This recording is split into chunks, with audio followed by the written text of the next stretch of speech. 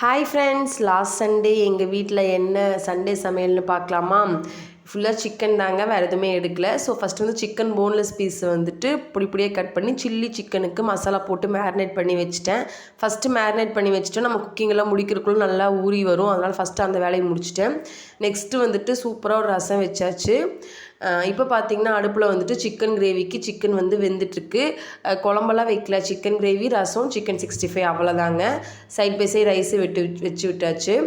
அவ்வளோதான். இனி என்ன எல்லாம் எடுத்து வச்சு சாப்பிட ஆரம்பிச்சிட்டோம். Rice, chicken gravy, chilli chicken, அதுக்கப்புறம் ரசம்.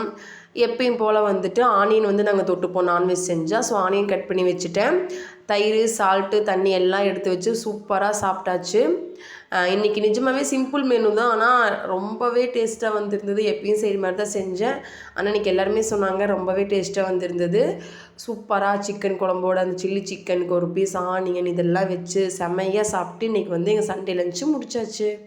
பாய்.